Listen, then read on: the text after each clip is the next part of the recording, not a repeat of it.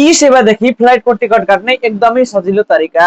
यी सेवादेखि टिकट लिनको लागि सर्वप्रथम हजुरसँग यी सेवा एप्स हुनुपर्छ। यी सेवालाई रजिस्टर गरेर यी सेवामा पैसा पनि लोड गर्नुहोस्। लोड गरिसकेपछि र कसरी तपाईहरुले यदि यी सेवा छैन र कसरी चलाउने हो थाहा छैन भने कमेन्ट गर्नु होला, म अर्को भिडियो बनाइदिने छु।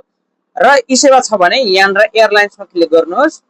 एयरलाइन्समा क्लिक गरिसकेपछि one way two way mountain भन्ने छ त, हामी वान वेमा टिकट काटेर देखाउँछु। म काठमाडौँ यहाँबाट पहिला डेस्टिनेसन चेक गर्ने हो, कहाँबाट कहाँको काट्ने हो, तपाईहरुले त्यही अनुसारले गर्नु होला। यहाँ काठमाडौँ भैरवा, भैरवा काठमाडौँ, काठमाडौँ पोखरा कता काट्नु हो त्यही अनुसारले गर्नु होला। म भैरवा टु काठमाडौँको एउटा टिकट लिन्छु। अब यहाँबाट तपाईहरुले डेट चेक गर्नु सक्नुहुन्छ। म तपाईको मंगलबार सोमबारको लागि डेट लिएँ। यहाँ काटिसकेपछि यहाँ प्यासेन्जर कतिजना हो त्यही अनुसारले तपाईहरुले लगाउन सक्नुहुन्छ। यदि बच्चा पनि छ भने यहाँदेखि गर्न सक्नुहुन्छ। म एक्लैको टिकट लिन्छु है त। यहाँबाट फाइन्ड फ्लाइट गरौँ।